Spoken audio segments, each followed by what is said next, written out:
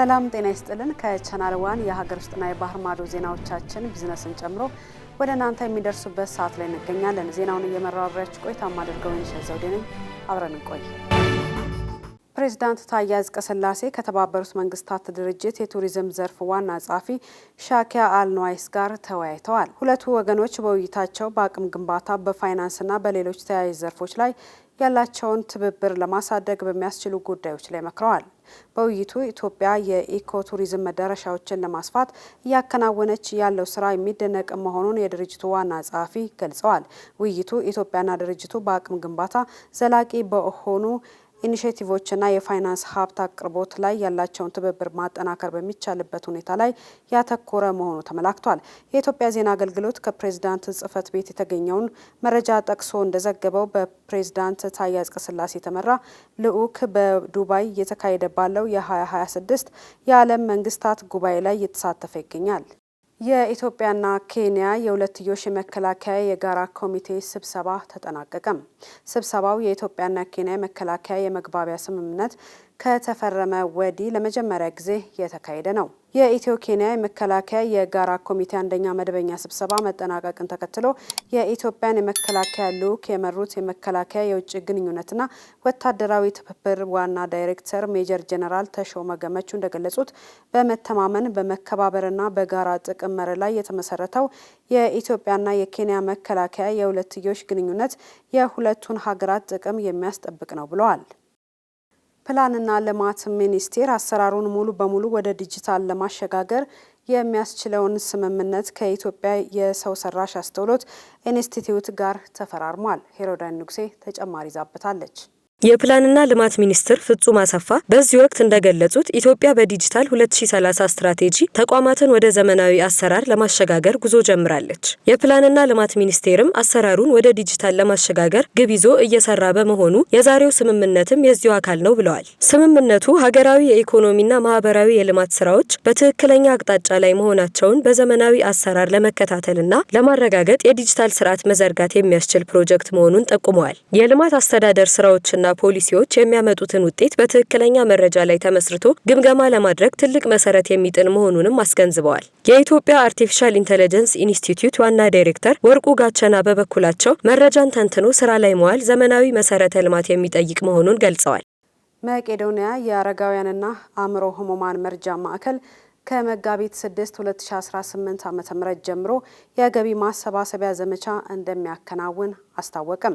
የገቢ ማሰባሰቢያ መርሃ ግብሩ የካቲት 1 ቀን 2018 ዓ.ም ሊከናወን የነበረ ቢሆንም በቀኑ ማጠርና በተለያዩ ምክንያቶች ወደ መጋቢት 6 2018 ዓ.ም እንደተራዘመ ተገልጿል። ማዕከሉ በሰጠው መግለጫ ላይ የተገኘው ሪፖርተራችን አማሩ ገብሩ ተከታዩን ዘገባ አጠናቅሯል። የማዕከሉ መስራች የክብር ዶክተር ቢኒያም በለጠ እንደገለጹት ገቢው ማዕከሉ የጀመራቸውን ፕሮጀክቶች ለመጨረስ የሚያስፈልገውን ገንዘብ ለማሟላት የሚውሉ መሆኑን ተናግረዋል። ኢትዮጵያውያንም በሁሉም ባንኮችና በቴሌብር ወደ 7979 ገንዘብ በማስተላለፍ እንዲሁም 8161 ላይ ኦኬ ብለው በመላክ ድጋፍ እንዲያደርጉ ጥሪ አቅርበዋል። ከህብረተሰቡ የሚጠበቀው ምንድነው? አንደኛ የሚዲያ ተቋማት ባለፈው እንዳደረጋችሁት ዩቲዩበሮች፣ ቲክቶከሮች ልክ እስከ መጋቢት 6 ፕሮሞት እንድታደርጉልን መጋቢት 6ን በሰፊው እንድታስተዋውቁልን እንፈልጋለን። ከዛ ደግሞ ልክ ፕሮግራሙ ከተጀመረ በኋላ ደግሞ ላይቭ እየገባችሁ አሁን ኮፒራይት መቄዶንያ ስለሚያነሳ ማንኛውም ዩቲዩብ ቲክቶክም ከመጋቢት 6 ጀምሮ ላይቭ እየመጣችሁ እንድትቀርጹልን ማለት ነው። እንግዳም ሆናችሁ እንድትቀርቡ እንፈልጋለን። ከዛ ውጪ ደግሞ የሚዲያ ታዋቂ ሰዎች ደግሞ አርቲስቶች፣ አትሌቶች፣ ሌሎችም ሰዎች እንግዳ ሆናችሁ እንግዲህ ባለፈው እንዳደረጋችሁልን ከመጋቢት 6 ጀምሮ እንግዳ ሆናችሁ እንድትቀርቡልን እንፈልጋለን። ከዛ ውጪ እንግዲህ ትምህርት ቤቶች በሰፊው አሁን እየተንቀሳቀሳችሁ ነው። እናንተም በተከፈተው አካውንት እንድታስገቡልን የቃል መግቢያም ሰነድ በየቦታው እየሰጠን ነው። ሰዎች ቀድሞ ቃል መግባት ይችላሉ። መቄዶንያ የአረጋውያንና የአእምሮ ህሙማን መርጃ ማዕከል ድጋፍ ለሚሹ ወገኖች እንክብካቤ በቀን ከ3 ሚሊዮን ብር በላይ ወጪ እንደሚያስፈልገው ተገልጿል። ይህም በወር ወደ 90 ሚሊዮን ብር ገደማ ማለት ነው። ከ14 ዓመታት በፊት የተጀመረው ማዕከሉ ዛሬ ላይ በተለያዩ የኢትዮጵያ አካባቢዎች ከ56 በላይ ማዕከላትን አደራጅቶ ከ9000 በላይ ወገኖችን እየረዳም ይገኛል። ማዕከሉ ባለፈው ዓመት የካቲት 2017 ዓ.ም የገቢ ማሰባሰቢያ መርሃ ግብር ማድረጉም ይታወሳል። ኢትዮጵያዊው ሳይንቲስት ግርማው አበበ የተባበሩት መንግስታት ድርጅት የመጀመሪያው ዓለም አቀፍ የሰው ሰራሽ አስተውሎት ሳይንሳዊ አማካሪ አባል ሆኑ። ኢትዮጵያ ቢዝነስ ሪቪው እንደዘገበው የተባበሩት መንግስታት አዲስ ባቋቋመውና በዓለም የመጀመሪያው በሆነው ገለልተኛ ዓለም አቀፍ የሰው ሰራሽ አስተውሎት ሳይንሳዊ ፓነል ውስጥ የተካተቱት የሰው ሰራሽ አስተውሎት ሳይንቲስቱ የኢትዮጵያን ውክልና የሚያረጋግጡ ናቸው። ተላላፊ ያልሆኑ በሽታዎችን ስርጭት ለመግታት ከባለድርሻ አካላት ጋር የተቀናጀ ስራ እየተከናወነ መሆኑን የጤና ሚኒስቴር አስታወቀም። የጤና ሚኒስቴር ከኢትዮጵያ ኢንዶክትሪንና ሜታቦሊዝም ማህበር ጋር በመተባበር 4ኛውን ዓመታዊ የጤና ጉባኤ አካሂዷል። ለዝርዝሩ ጸጋኔ ተሰማ። ጤና ሚኒስቴርን ወክለው በጉባኤው የተገኙት በጤና ሚኒስቴር ተላላፊ ያልሆኑ በሽታዎች መከላከል ባለሙያ ዶክተር ሙሴ ገብረ ሚካኤል እንደገለጹት የስኳር ህመም መንግስት ከፍተኛ ትኩረት ከሰጣቸው ተላላፊ ያልሆኑ በሽታዎች መካከል ቀዳሚው ነው ብለዋል። የስኳር ህመም ከመከሰቱ በፊት የአመጋገብ ስርዓትን በማስተካከልና አካላዊ እንቅስቃሴ በማድረግ በቀላሉ መከላከል እንደሚቻል ተናግረዋል። በሀገራዊ ለውጡ መንግስት የበሽታውን ስርጭት ለመቆጣጠር የቅድመ መከላከል የህክምና አገልግሎትና የግንዛቤ ማስጨበጫ ስራዎችን ያካተተ ስትራቴጂ ቀርጾ ወደ ተግባር መግባቱንም ገልጸዋል። የስኳር ህመምተኞች ማህበር ፕሬዝዳንት ዶክተር አህመድ ረጃ በበኩላቸው ማህበሩ ጥቂት ባለሙያዎችን ይዞ የተመሰረተ ቢሆንም በአሁኑ ወቅት የባለሙያዎች ቁጥር እያደገ መምጣቱን ተናግረዋል። እስካሁን በዘርፉ ለተሰማሩ ከ600 በላይ የጤና ባለሙያዎች ስልጠና መሰጠቱን ጠቅሰው ከከፍተኛ ትምህርት ተቋማት ጋር በመተባበር በስኳር በታይፎይድና በሆርሞን ህመሞች ዙሪያ ሰፋፊ ስራዎች መከናወናቸውን አብራርተዋል። በቀጣይም ማህበሩ ከሀገር ውስጥና ከውጭ ድርጅቶች ጋር ያለውን ቅንጅት በማጠናከር ክፍተቶችን ለመሙላት በትኩረት እንደሚሰራ ጠቁመዋል። ዘገባው የኢዜአ ነው። የፍትህ ሚኒስቴር በኢትዮጵያ በባህላዊ ዳኝነት በ6 ወራት ውስጥ 600,000 መዝገቦች በእርቅ መቋጫ ማግኘታቸውን ገለጸም። የፍትህ ሚኒስቴር እንደገለጸው መዝገቦቹ በእርቅ መፍትሄ ያገኙት በ7 ክልሎች ውስጥ ነው። ለዝርዝሩ ኤፍራታ ጥላውን።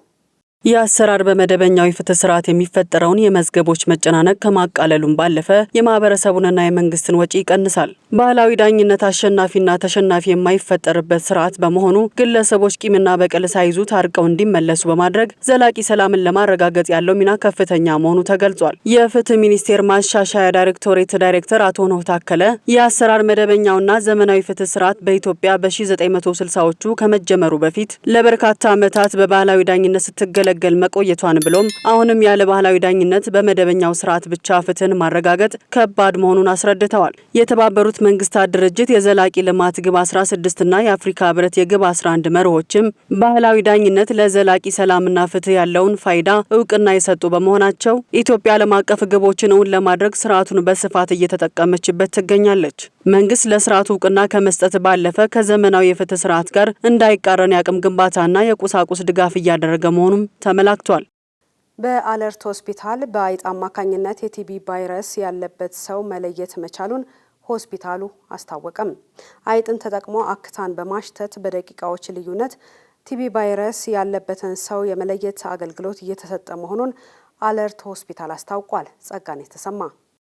በአለርት ሆስፒታል የቲቢ ምርምር ክፍል ኃላፊ ዶክተር ንጉሴ በየነ በቴክኖሎጂ የታገዘ የሕክምና አገልግሎትን በማዘመን በአፖፖ አይጦች የታገዘ የቲቢ ቫይረስ ምርመራ በስራ ላይ እየዋለ እንደሆነ ገልጸዋል። በአርማወር ሃንሰን የምርምር ማዕከል 5 የአፖፖ አይጥ ዝርያዎች መኖራቸውን ጠቅሰው አክታን በማሽተት ቲቢ ቫይረስ ያለበትን ሰው በደቂቃ ልዩነት እየለዩ ይገኛሉ። እስከ 2 ሰዓት የሚፈጀውን በአጉሊ መነጽር የሚታገዘው የቲቢ ቫይረስ ምርመራ አይጦቹ በደቂቃ ልዩነት የተጠርጣሪውን የአክታ ናሙና በማሽተት ቫይረሱ እንዳለበትና እንደሌለበት ይለያሉ። አይጦቹ ይህን ብቃት ያፈሩት ተወልደው አይናቸው ከበራ ከ4 ሳምንት በኋላ ለ9 ወራት በታንዛኒያ ስልጠና ወስደው አስፈላጊውን ፈተና ከወሰዱ በኋላ ቲቢ ቫይረስን የመለየት ተግባር ላይ መሰማራታቸውን ዶክተር ንጉሴ ለኢትዮጵያ ፕሬስ ድርጅት አስረድተዋል። አይጦቹ የአክታ ናሙናን አሽትተው አንድ ተጠርጣሪ ቫይረሱ ካለበት በጣቶቻቸው መላልሰው በመቧጨር ቫይረሱ እንዳለበት ያሳያሉ ያሉ ሲሆን ተጠርጣሪው ቫይረሱ ከሌለበት ደግሞ አክታውን ካሸተቱ በኋላ ሳይቧጭሩ በማለፍ የመለየት ስራቸውን የሚያከናውኑ ይሆናል። የሕክምና ባለሙያዎቹ ሂደቱን በመከታተል ቫይረሱ የተገኘበትን ተጠርጣሪ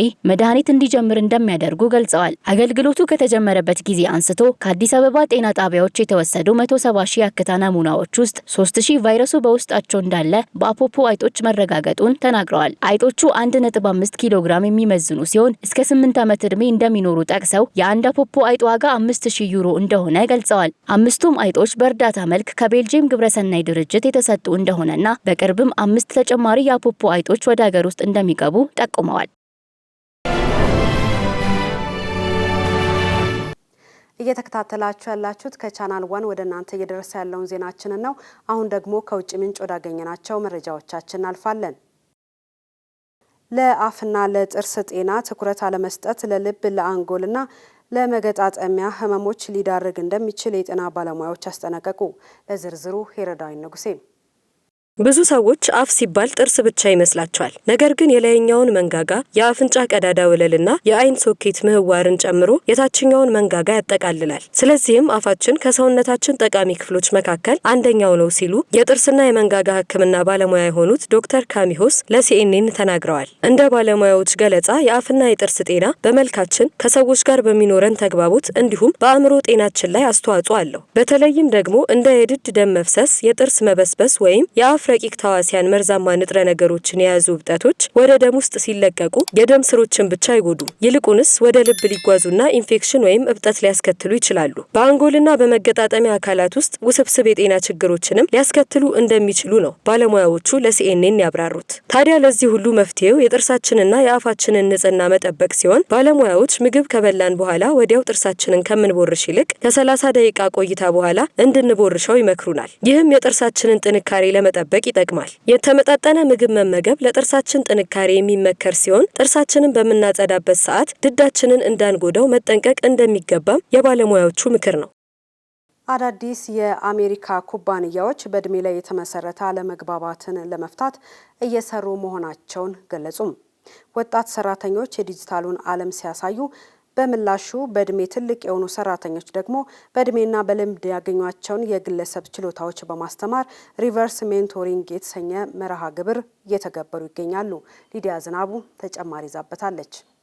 ከትልልቅ እስከ ጀማሪ ኩባንያዎች የስራ ቦታቸው ላይ የሚታየውን የትውልድ አለመግባባት ለመቅረፍ ሪቨርስ ሜንቶሪንግ የተሰኘ መርሃ ግብርን እየተከተሉ ይገኛሉ። ከዚህ ቀደም ከሚታወቁት መርሃ ግብሮች በተለየ ወሳኝ የተባለ እውቀትን ይቀያየሩ ዘንድ ወጣት ሰራተኞችን ብዙ ልምድ ካካበቱ ትልልቅ የስራ ባልደረቦች ጋር ያጣምራሉ። መቀመጫውን በፍሎሪዳ ግዛት ያደረገው ኩባንያ ውስጥ ስራ አስኪያጅ ሆና የምትሰራው ባርባራ ጎልድበርግ አዳዲስ የቲክቶክ አሰራሮችን ከወጣት የስራ ባልደረባዋ በሳምንታዊ ስብሰባቸው ማሯን እንዲሁም ይህ እድል ባይፈጠር ኖሮ ማወቅ የነበረባትን ዘመናዊውን የመግባቢያ መንገድ ልታጣው ትችል እንደነበር ገልጻለች።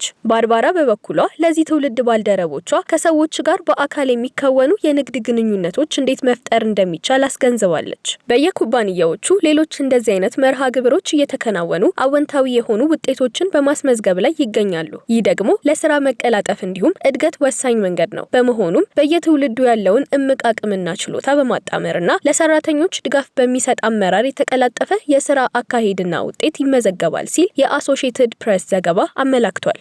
ዝንጀሮዎች ልክ እንደ ሰው በምናባቸው የመሳልና የማሰላሰል ብቃት እንዳላቸው በአሜሪካ ተጠንቶ በሳይንስ ጆርናል ላይ የቀረበው ጥናት አመላክቷል። ሄሮዳይ ንጉሴ ተጨማሪ አላት።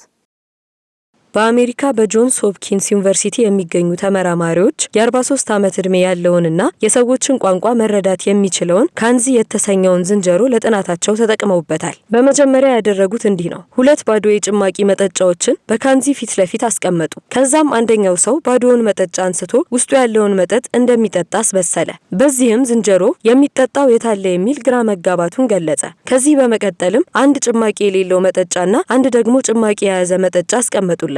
ታዲያ በዚህ ጊዜ ጭማቂ የያዘውን መጠጫ መረጠ። ታዲያ ይህም እውነተኛውን ከምናባዊ የመለየት ብቃት እንዳለው አመላከተ። በሶስተኛው ሙከራ ደግሞ አንድ ሰው ከባዶ ቅርጫት ላይ ወይን የሚያወጣ በመምሰል ፊት ለፊቱ የሚመገብ ሲያስመስል ነበር። ከዛም የወይን ቅርጫቱ የት ነው ሲሉ ጠየቁት። ታዲያ በዚህ ጊዜ ዝንጀሮ ጠያቂው በምናብ እያስመሰለ መሆኑን ስለተረዳ ወደ ቅርጫቱ ጠቆማቸው። በእነዚህ ሂደቶችም ተመራማሪዎቹ በሰው ዘንድ ብቻ ያለ ባህሪ ነው ተብሎ ይታሰብ የነበረውን በምናብ ነገሮችን የማስተዋልና የማስመሰል ባህሪ በዝንጀሮዎች ላይም እንደሚገኝ የጥናታቸውን ውጤት በማመላከት ገልጸዋል። ዘገባው የዩሮኒውስ ነው። ወደ ቢዝነስ መረጃዎቻችን አልፋለን።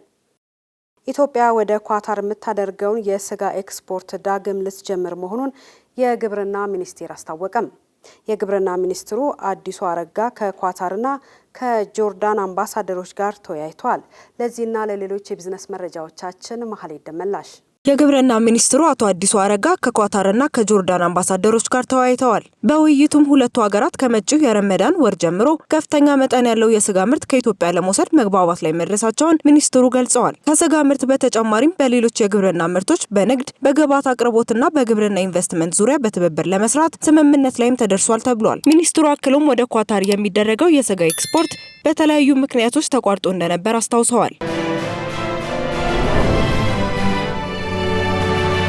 የጉምሩክ ኮሚሽን በአስመጪዎችና በጉምሩክ አስተላላፊዎች መካከል የሚደረግ የውክልና ስርዓት በህጋዊ መንገድ እንዲመራ አዲስ መመሪያ ማውጣቱን ገለጸ። በዚህም ከጥር 28 ቀን 2018 ዓ.ም ጀምሮ ማንኛውም የውክልና ሰነድ በሰነዶች ማረጋገጫና ምዝገባ ኤጀንሲ በኩል ተረጋግጦ ካልቀረበ በስተቀር በየትኛውም የጉምሩክ ቅርንጫፍ ጽሕፈት ቤት ተቀባይነት እንደማይኖረው አስታውቋል። ኮሚሽኑ ይህንን ውሳኔ ያስተላለፈው እስካሁን ባለው አሰራር ውክልናዎች ስልጣን ባለው አካል የማይመዘገቡ በመሆናቸው አስመጪዎች በአካል ሳይቀርቡ በሚደረጉ ውክልናዎችና ትክክለኛነታቸው ባልታወቁ የቀረጥ መሰብሰቢያ ቴምብሮች አማካኝነት መጠነኛ የንግድ ማጭበርበር ድርጊቶች ሲፈጸሙ በመገኘታቸው ነው። ይህም ህገወጥ ድርጊት የሚፈጽሙ አካላትን ወደ ህግ ለማቅረብ በሚደረገው ሂደት ላይ እንቅፋት ሲፈጥር መቆየቱ ተገልጿል። ስለሆነም ከዚህ በኋላ የጉምሩክ ስነ ስርዓት ማስፈጸም የሚቻለው በሰነዶች ማረጋገጫና ምዝገባ ኤጀንሲ በኩል የተረጋገጠ የውክልና ማስረጃ ሲቀርብ ብቻ መሆኑን ኮሚሽኑ አሳስቧል። ሁሉም የጉምሩክ ቅርንጫፍ ጽሕፈት ቤቶችም ይህንን መመሪያ በጥብቅ ዲሲፕሊን እንዲተገብሩ የታዘዘ ሲሆን የጉምሩክ አስተላላፊዎች ማህበርም አባላቱ በአዲስ አሰራር መሰረት እንዲንቀሳቀሱ የማሳወቅ ኃላፊነት ተሰጥቶታል። ይህ አሰራር የጉምሩክ ስርዓቱን በእውቀትና በህጋዊ ማዕቀፍ እንዲመራ እንዲሁም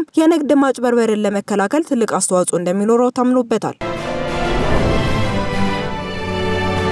ሚድሮክ ኢንቨስትመንት ግሩፕ ዓለም አቀፍ የሲያናይድ አጠቃቀም የጥራት ማረጋገጫ የምስክር ወረቀት ማግኘቱ ተገለጸ።